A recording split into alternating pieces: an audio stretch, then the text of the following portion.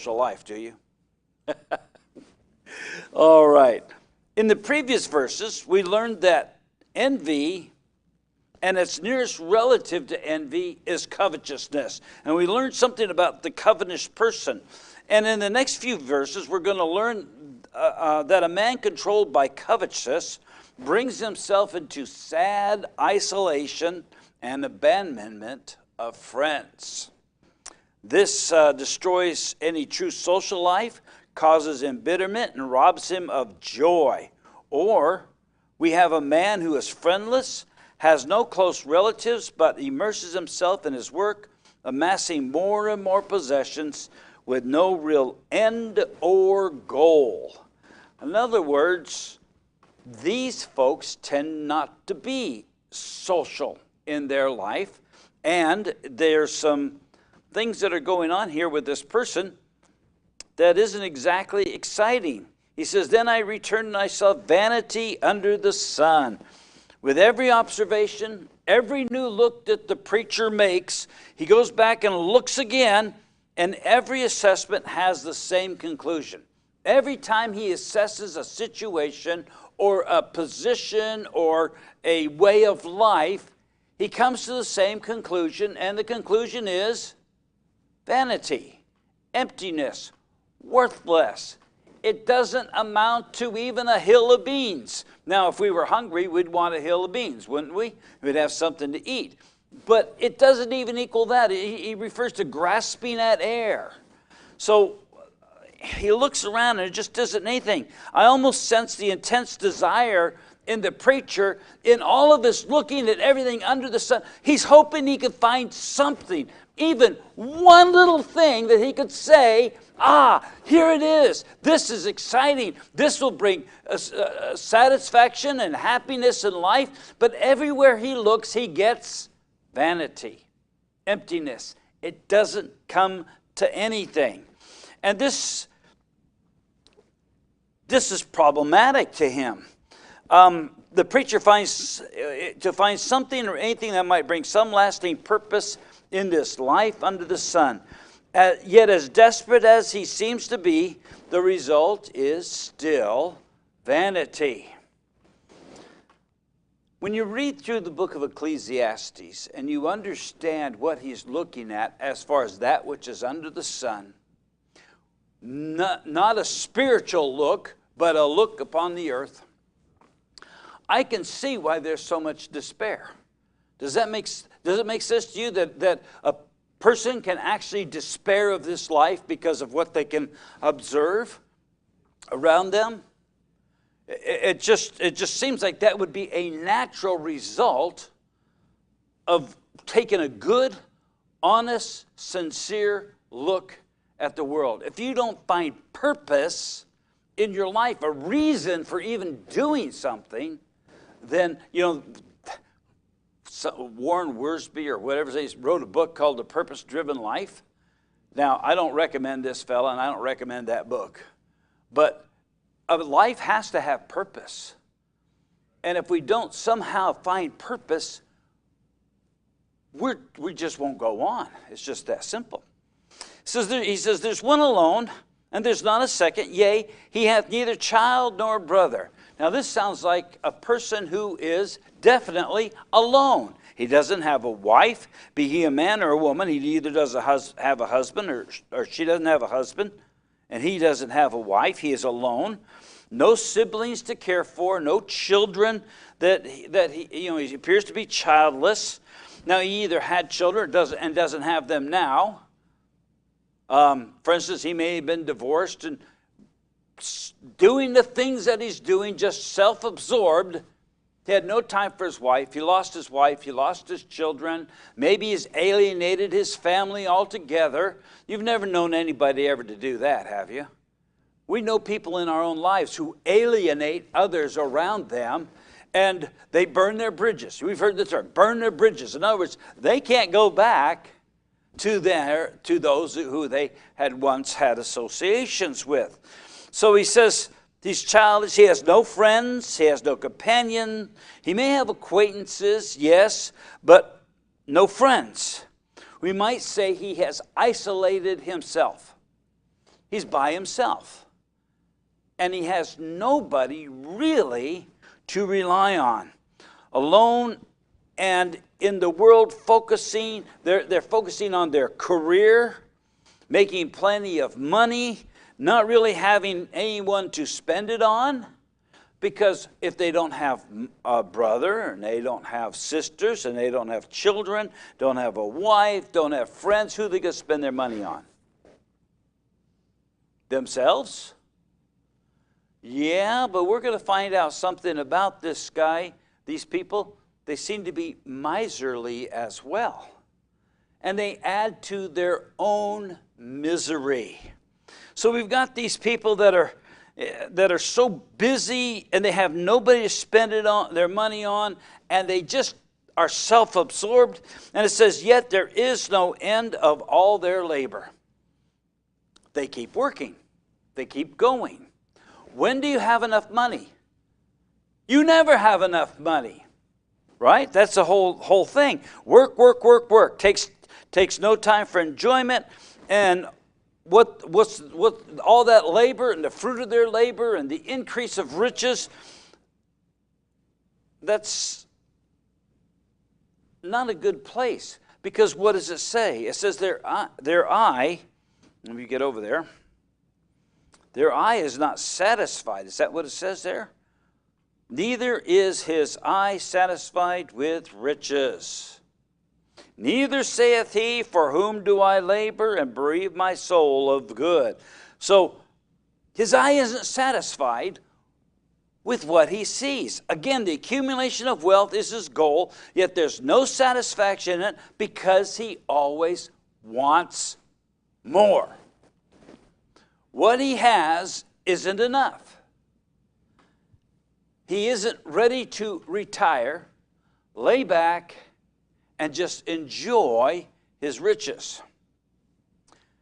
Proverbs 27:20 says, hell and destruction are never full, so the eyes of men are never satisfied.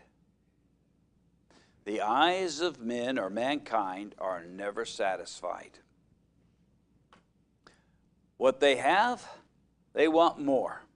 What they see, they want more. Is that not the heart of covetousness? And you're desiring, one of the things about covetousness is desiring that which doesn't belong to you.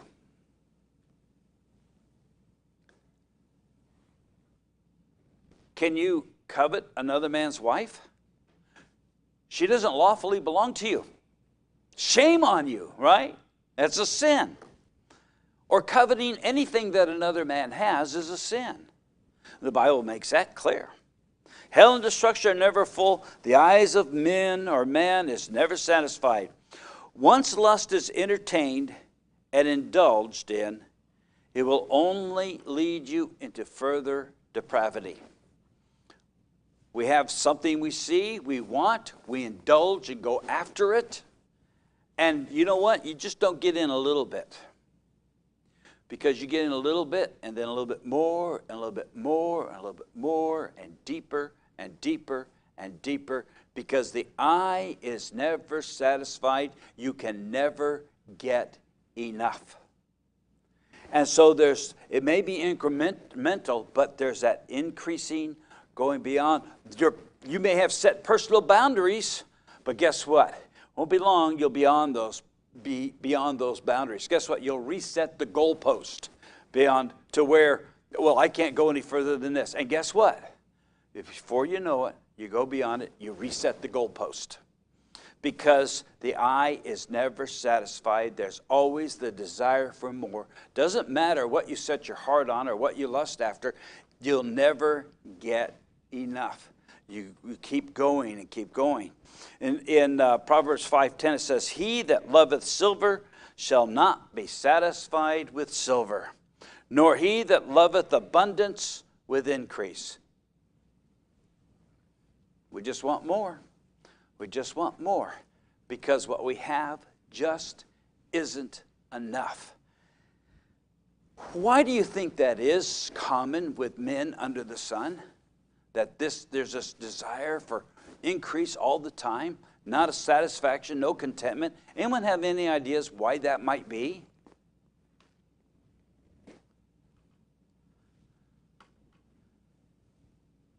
No one? No speculations here?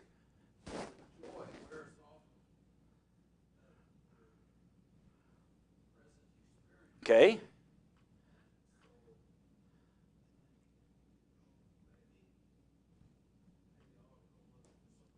Okay.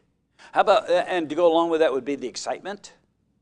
You know, as you got that excitement of hitting something, then off after a while, you know, it's like those people like to ride those scary rides, thrill seekers.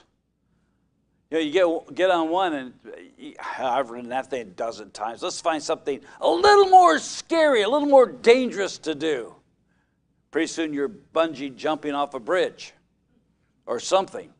And I don't know, did you hear about, remember the guy that jumped out of the Red Bull guy, he was 20 miles up in the sky, and he jumped out and landed somewhere in Texas or, yeah, he broke the sound barrier. He just died this week. He crashed into a pool. Another stunt. You know, doing another stunt. Well, he was 53 and he died this week. Didn't have enough thrills. You had to find a new thrill, and it wasn't enough. So we've got the excitement. You're excited enough, then it becomes boring. Well, you got to go the next step. And we got the joy, the loss of joy. What else might be involved in this pursuit of not having enough and wanting more? Okay, ungratefulness. But who are they to be grateful to? Well, you know who they ought to be grateful to, right? They ought to be grateful to God, but they're only grateful to themselves. Okay, so that's who, and there's that, a lack of gratitude and a lack of being satisfied with their station in life. They just want to keep going, keep going, keep going. Anything else?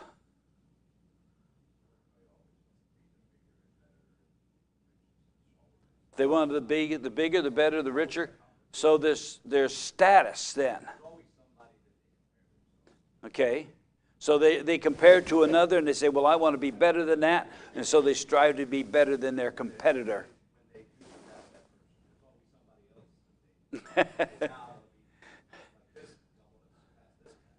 So there's always a higher mountain that you got to climb.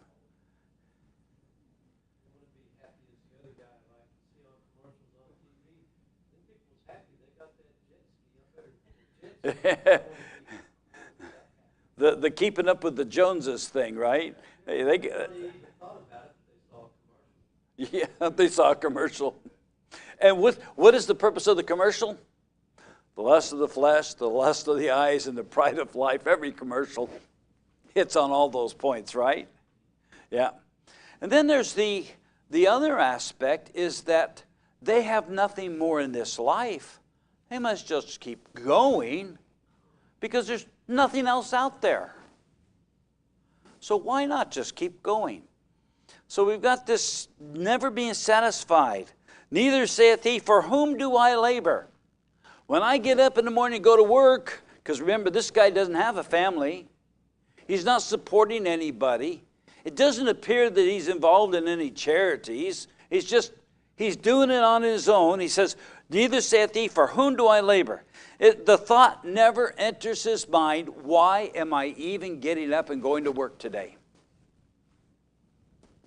Doesn't matter. He just gets up and he does it. For whom do I labor? It's because his labor is for himself alone. He does it for himself. He does not labor for anyone else, and his labor is because of covetousness. He covets more, and so he labors more, works hard to get more. And when he gets more, not satisfied with that, he wants even more. And that's the way this person seems to be. He desires and obtains, yet he finds himself wanting more. He doesn't lack anything. He's not wanting, but he's desiring more and more. He gathers all this wealth But then the next question is, to whom does it go to after he dies? He's got no control over that. He may be able to set up a will and designate it, but then on the other hand, this man doesn't have siblings, children, wife. Doesn't have any of these things. And what good are they, and what good are the riches to him when he's dead? You're dead. Naked came I forth into the world, and naked you're going to return. You're just going to die, and that's going to be it. Well, under the sun. So, will he be wise or a fool in his wealth? Well, it seems to be he's a fool. And then it goes on, it says, and bereaved my soul of good. The worst of all, not only does he have all these riches and things, this particular person, the covetous person, is a miser. He won't spend his money even for his own comfort. Do we know anybody that was portrayed like that on television? Old movie. Ebenezer Scrooge. That's exactly who I thought of when I saw this. Such a miser, and he was a wealthy man. But he wouldn't even allow coal to be on, one piece of coal for a little bit of heat for poor old, his helper. It doesn't matter. Doesn't matter. What? Oh, I thought something. Cratchit. Yeah, Bob Cratchit. Here we got Scrooge. And he's so miserly in all of this. And he's bereaved his soul of good. He won't even do good to himself because he doesn't want to spend it on himself. Now, there are people who aren't afraid to spend it. They'll give to charities. They'll live in opulence, but they're not afraid to give money away. We read a lot of times about celebrities who have given away large portions of wealth and things like that. They don't usually have this problem that this man has, but this man is covetous. Remember, that's his heart. It is a heart of covetousness, and it's led him to this, to just pushing everybody away, being by himself, and then being miserly even in the life that he lives. He won't spend anything on himself. It's just Mr. Scrooge. And then it says in our text, this is vanity, yea, it is sore travail. In other words, it is just emptiness, and it is so, it's offensive. Let's put it that way. Sore travail. Of course, sore travail usually refers to labor, hard labor, but in this case, it's just like, this seems like the dumbest life to live, doesn't it? Even under the sun, to have all that money and just waste it like that. Are you saying that if you've got money, it's wrong to spend it? No. We're talking about a covetous man here. It's his to do with what he wants. A rich man, in this case, has the power to do with what he wants of his money, but we're talking about a man who is so covetous, that he focuses on making more money for himself. Money and the making of money is his God. That's his idol. That's what he lives for. And to have more and more and more of it is his desire. He'll even deny himself pleasures in this life so that he can accumulate more money. So his heart is set on his money.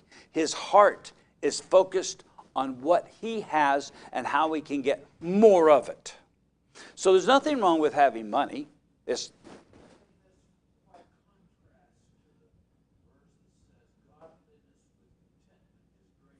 Yes. And does not also the scripture say that the love of money is the root of all evil? It's not money itself. It's not having money that's the root of evil. It's the love of money. It's that desire to have more of it.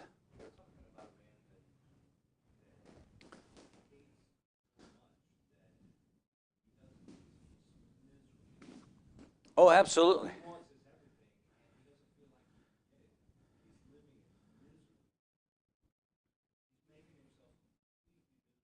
Yeah. Yes. He lives as a miserable wretch. I was going to say old man, but no one said it had to be old to do that. Huh? A miserable wretch. Someone who, in fact, you don't want to be a friend of his because he has no social life. He's not interested in making friends because in his mind, if he has a friend, they're just out to mooch off of him. You see, that's the mentality. He's just a moocher. He's going to want my money. So he puts everybody away from him. He doesn't want to have anything to do with him. And this is the worst kind of covetousness. It's cruel and it's unnatural. This man is absolutely unnatural, and we see a sharp contrast here that this is the worst kind that there can be. And just to make note, this kind of covetousness isn't just unique to the to very rich people or to people who are trying to get their riches. There are people who aren't rich yet who are striving and just sacrifice their whole life, their family, everything to obtain riches. But what about the man or the woman down on Skid Row or whatever that pushes a cart and all of his possessions are in that cart? Do you know that they could be just as covetous as the man up there on Wall Street? They have their possessions. Of course, in their case, it might be a matter of survival. But you know what? It's as much a survival to them as to the man on Wall Street. Because to him, survival is getting more money. And so, even down in the poorest parts of town, people will kill each other over something stupid. But in their mind, it isn't stupid. And they're covetous about that. So, we can apply this to many classes in life. He's just giving the rich as an example because it's probably seen more among these people that are focused on this kind of getting. And it's very selfish. It's absolute selfishness. And do you see more selfishness these days? Seems like there's selfishness and self-centeredness everywhere. Without exception, it's just there everywhere you go. You see it more and more among the young people. Stab myself.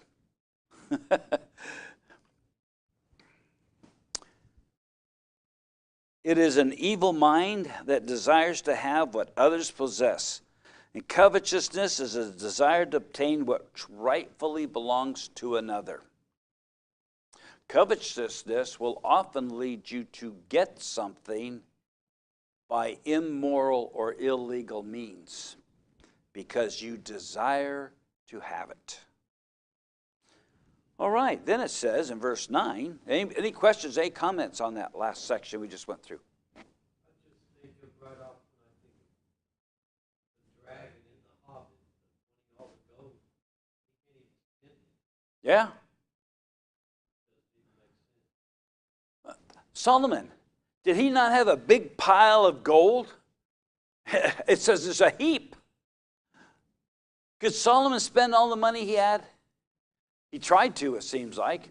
But you know what? They kept going to Ophir and getting gold, and people kept giving him. I mean, when people came to him, they brought beautiful presents to him. It just got larger and larger and larger, but he also spent a good deal of it too. I don't think we see the covetousness in his heart, except for he did covet something. What was he? What did he covet?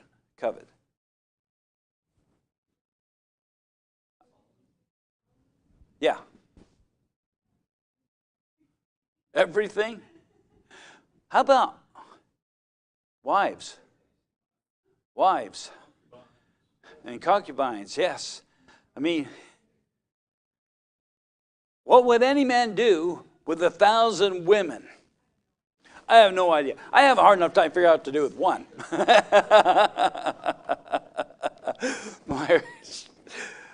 I'll wear something really hard when I get home.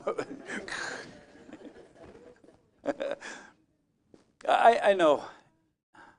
Just, can you imagine how much it costs just to maintain them? Yeah, there you go. Who are you? Says, oh, I'm your 900th wife. It's like, oh, really? Okay.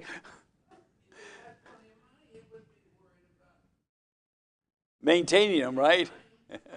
Oh, my goodness. Talk about high maintenance women because they belong to the king. They got to have the best of everything. And,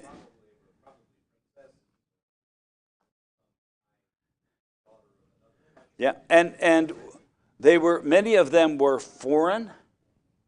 And what did they do?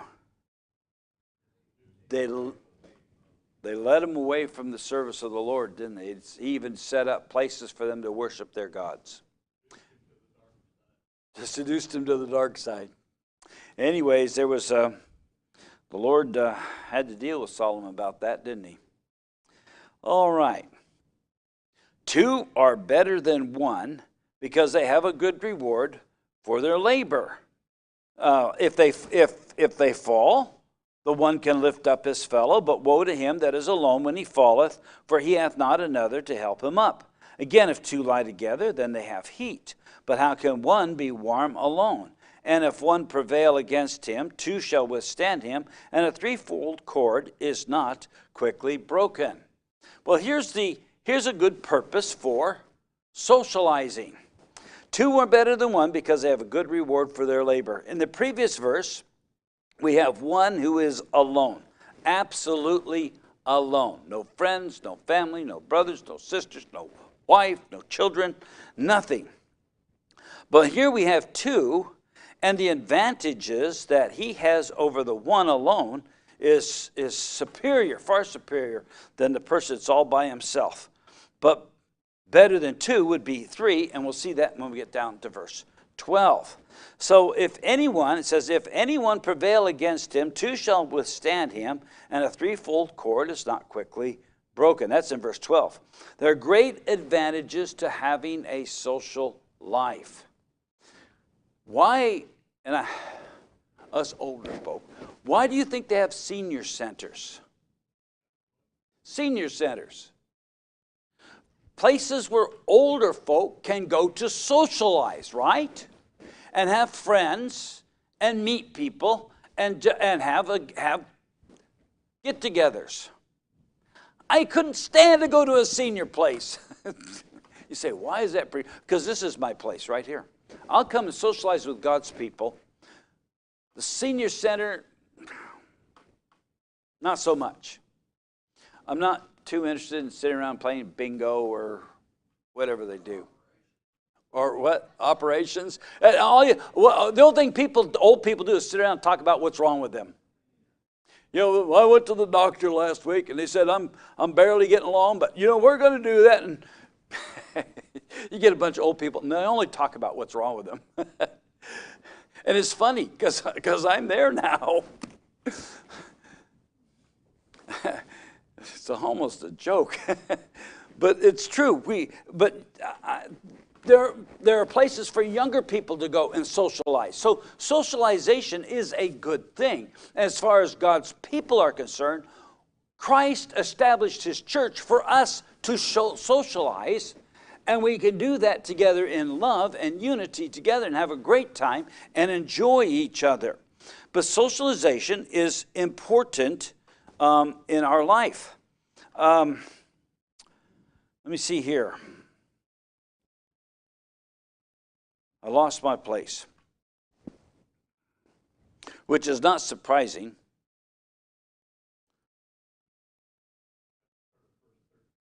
Yeah, I know, but I mean in my notes.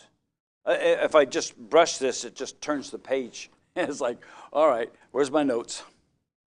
All right, 2 better. There we go. Believe it or not, there are great advantages to a social life, and a social life is necessary to an orderly society. And it's what God ordained. in Genesis 2:18, sometimes we don't think of this as a social life, but he says, "And the Lord God said, it is not good that man should be alone. I will make him a helpmeet for him." So we see that man wasn't complete without his woman. And that completed his life. And so we see that this socialization was a necessary thing according to God. And my heart aches for so many older adults, and I don't understand it. They've got no family, no children, no one that cares enough to watch over them or support them. We had a neighbor. She had a sister. That's all she had. She never married. She didn't have any children. She didn't have a husband. She's a little younger than us, but she had some serious physical problems that nearly killed her. And the only one who take care of her is her sister. And her sister was a sweetheart. I'm joking. I never heard somebody complain so much about anything. Even when I was helping her, she complained. And it's like, I would not want to live a day under that woman's roof for nothing.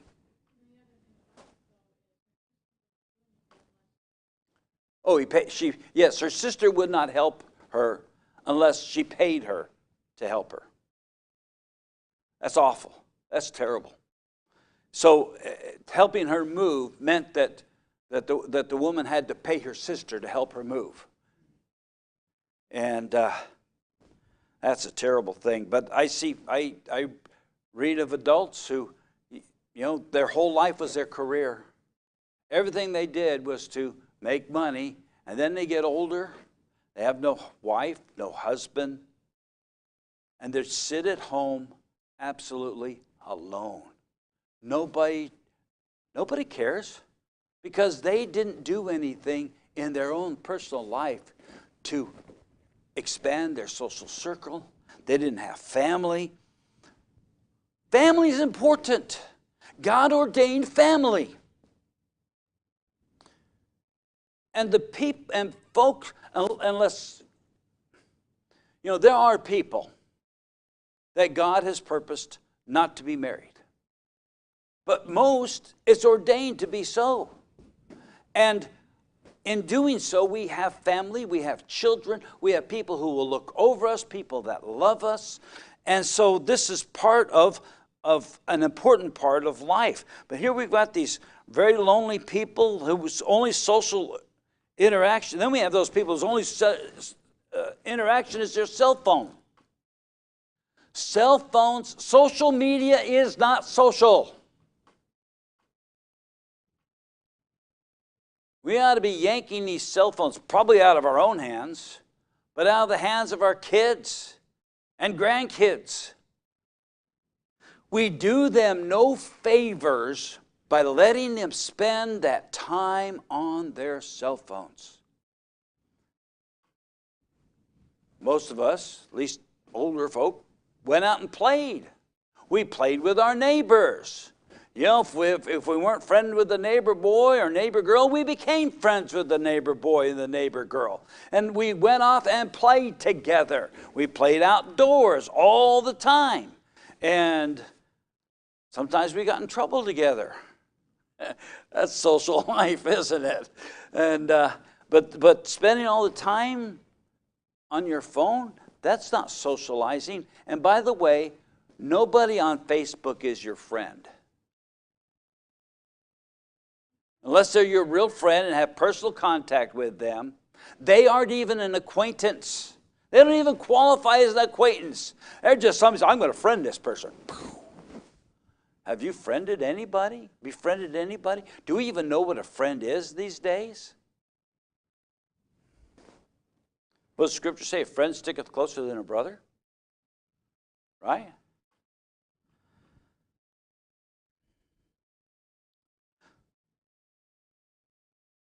True social interactions are between people, face to face. True interaction. in personal interactions. Why are people socially awkward? Because the only interaction they have is on a cell phone. So they don't know how to interact socially with others. They don't know what is acceptable behavior. By the way, going back to family, remember what the Lord's, I know that we're going to go beyond under the sun and just kind of go above the clouds a bit here. For believers, what did Jesus tell those who would forsake all? That upon this earth, that they would have mothers, fathers, children, lands, houses, because they have given it all up to the Lord. The Lord will supply them all of these things. And we see this in a church family. We have mothers and fathers, though we aren't blood related, yet we have them in Christ Jesus, and brothers and sisters, and houses and lands. It says, well, wait a minute, preacher, you don't even have a house. You got the parsonage. I have your house. Because I know that if something happens, say that building burns down over there, I have no question that folk will say, open their door and say, preacher, you come stay with us till things get straightened out here. Lord takes care of his people. He takes care of you. And we'll do the same. You know, we don't just turn our brothers and sisters out. James talks about that, doesn't he? Says your brother, sister, or somebody comes to you and says, you know, I'm cold, I'm hungry. And you turn around and say, be warmed and filled, bless the Lord, on your way now. That isn't quite right, is it? That's not among the people of God. So there's no such thing as Facebook friends. And let's see. We don't even call anyone anymore. We send a text. Nothing messes things up more than a text. You know why? How many of you express your emotions on a text? Emojis, right? Or we go LOL. I thought it was lots of laughs. My wife says, no, it's laugh out loud. You see how behind the time I thought LOL meant laugh out loud. What did I say? Lots of laughs. Isn't that the same thing, though? Laugh out loud and lots of laughs. Still LOL. People send texts and it's like, I have no idea what they just said because they use all these shortcuts. It's like, I don't know. We used to call each other on the phone. When a boy would call the girl, nervous as could be, he had to dial the number, a rotary dial. Tick, tick, tick, tick, tick, tick, tick, tick, tick, tick. Tick, tick, tick, tick, tick, tick, tick. And he's getting nervous all on the way. He's starting to pour sweat out of his head, you know. We used to talk to each other. And by talking, you can express emotion. When you're face to face, you can use hand gestures along with that. And you're able to communicate.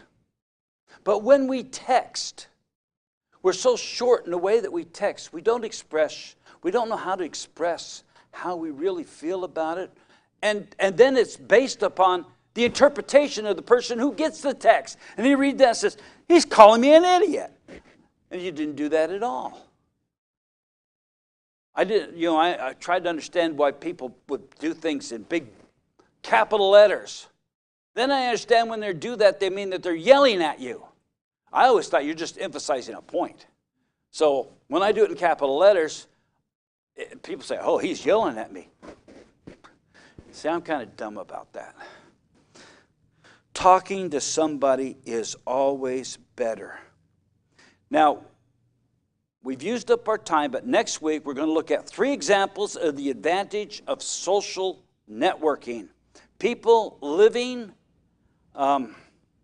socializing, and the cordial cooperation with one another. There's 3 examples given us here in the Scripture. So we'll pick that up next week. Let's pray and then be dismissed. Father, you're good to us.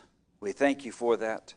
Help us to understand your ways, and then also understand the ways of men and why things are the way that they are. So sad, so sad.